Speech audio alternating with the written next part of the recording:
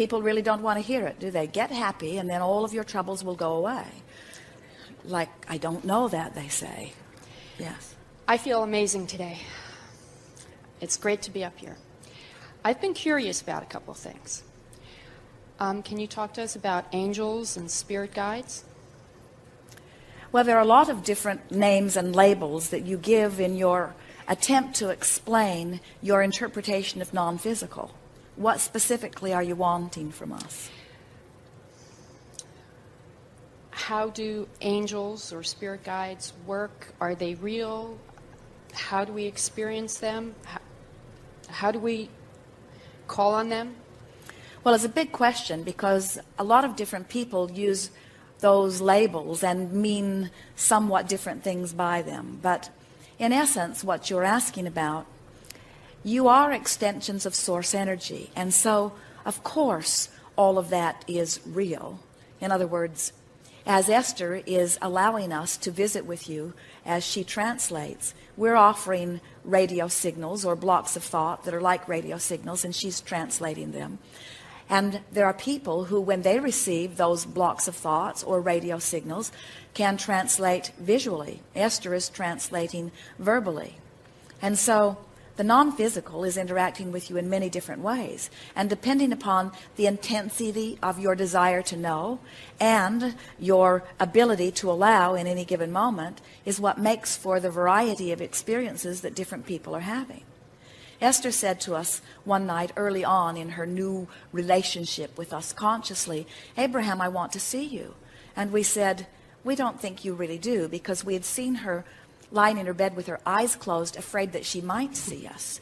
She was beginning to develop a very nice relationship with us, and she didn't want anything weird to happen that would upset her in any way. And so she said, no, really, Abraham, I do want to see you. And we said, then open your eyes. It was a very dark bedroom out under a Texas sky.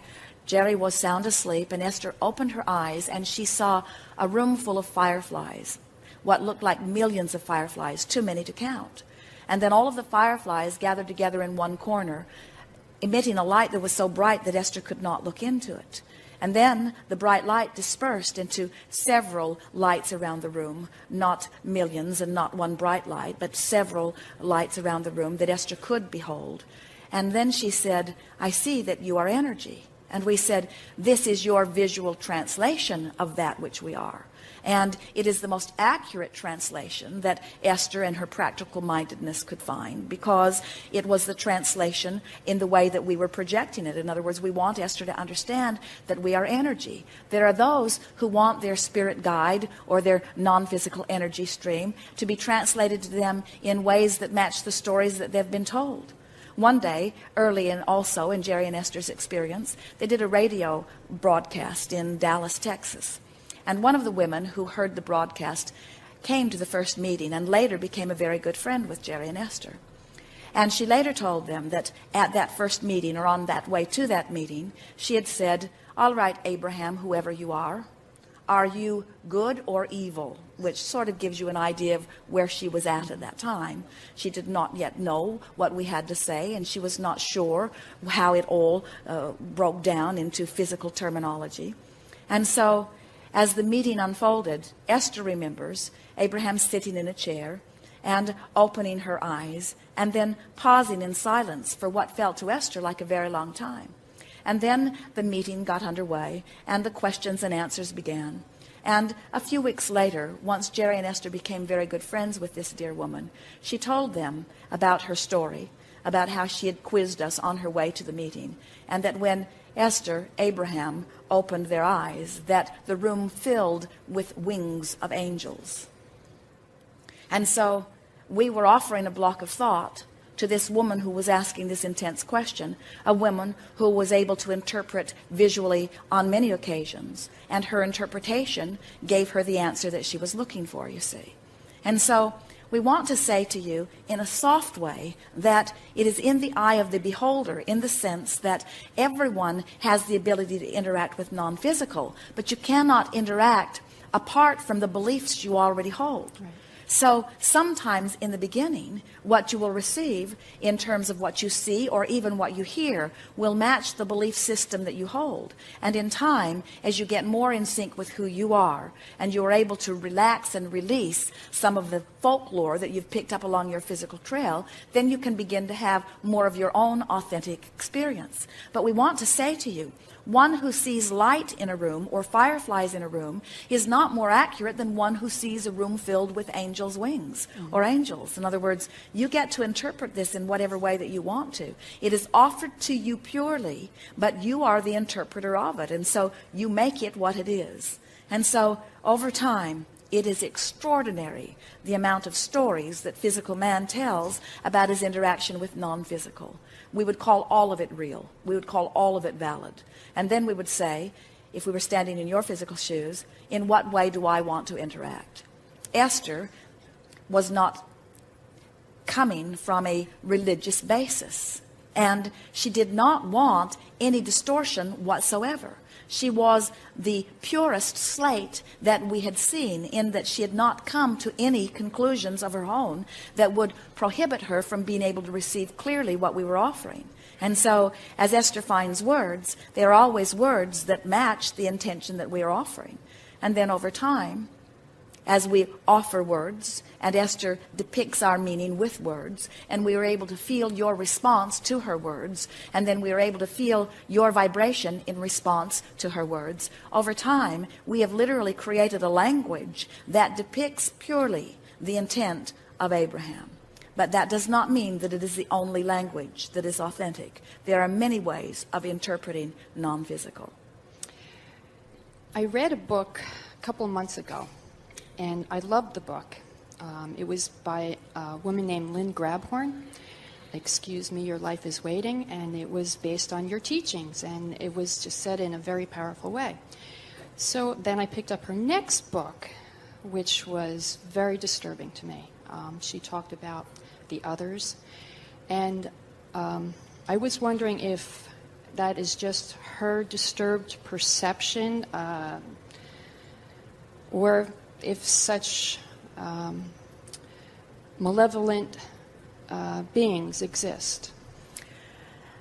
Well, we'll begin by saying to you that there is only a stream of well-being, and that that which is non-physical is of that stream. Mm-hmm. But we also say to you that every thought that has ever been thought still exists. And so, as the spin-off of man's conscious mind continues, experience after experience, century after century, there's a lot of thought data that is there.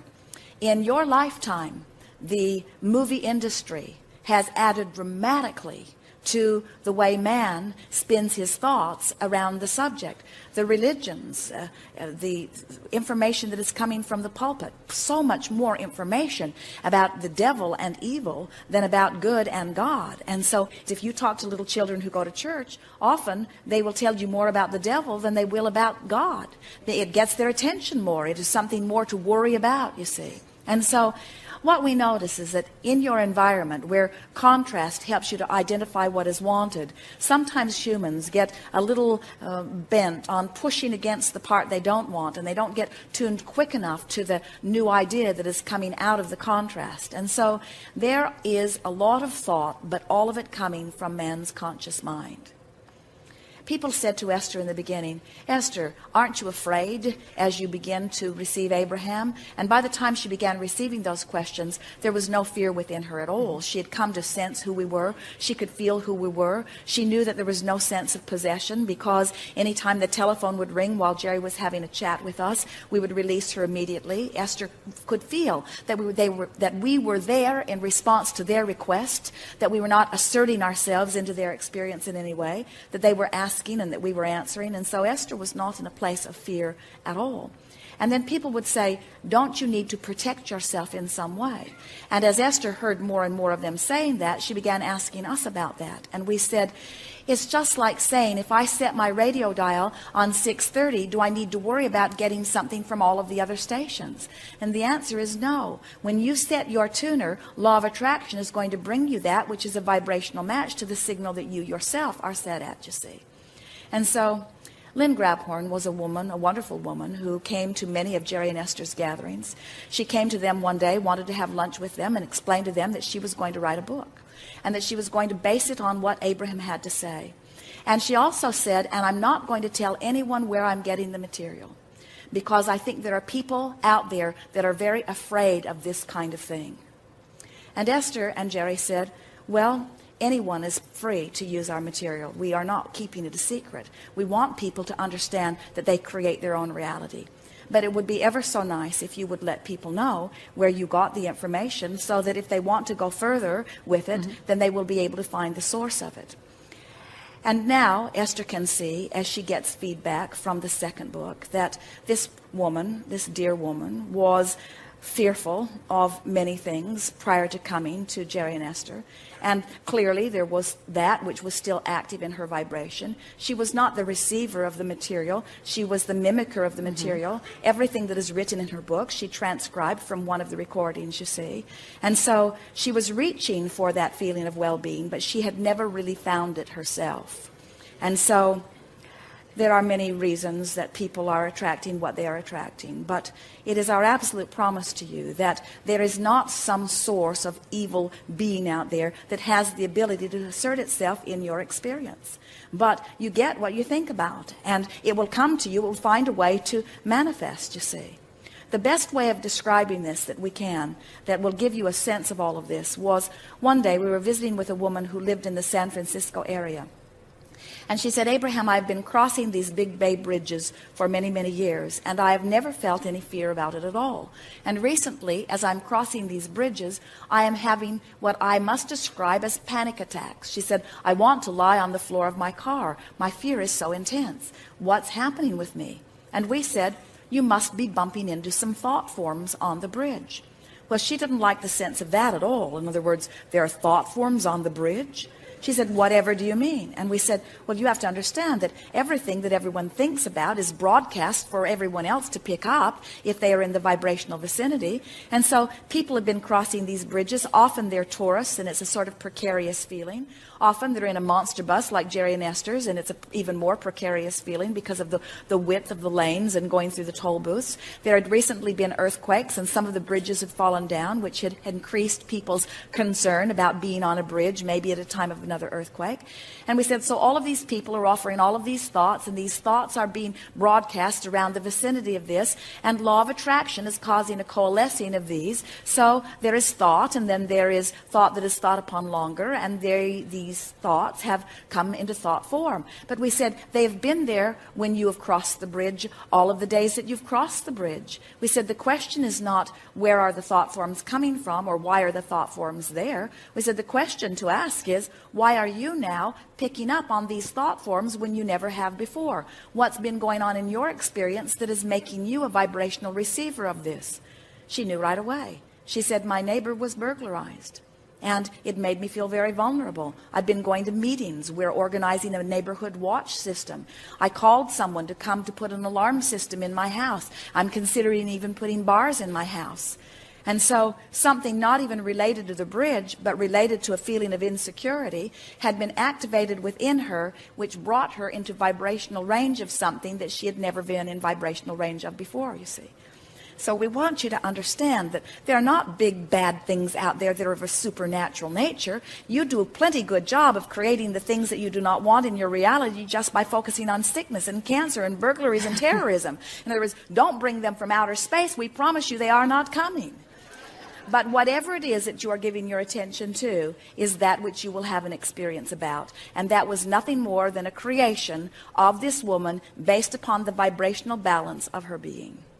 Thank you for clarifying that. I didn't really think that her second book was an accurate oh, it's accurate. It's an accurate depiction of where she was at the time that she received it. But it's not anything that the rest of us need to worry about. Well, you see, this is the reason that we want you to realize that you create your own reality. In other words, there are all kinds of influences out there. As you watch television and they point out to you that 1 out of every 5 has it and you're probably the one, and then they list that long stream of symptoms, and then they encourage you to eat that stuff, and then they tell you the side effects that that stuff will give you. In other words, you can't listen to anything without an activation.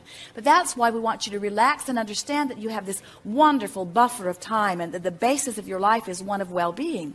And that when you read something and it makes you feel uneasy, utilize your own guidance system and understand that the reason it feels uneasy is because it is not a vibrational match to who you are and what you want.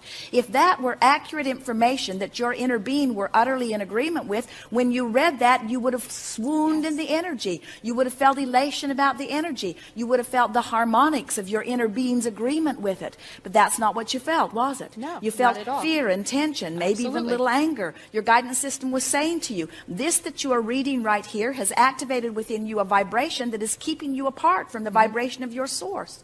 That's why we want so much for all of you, no matter what the subject, trust the guidance that comes forth from within you. You can every single time, you see.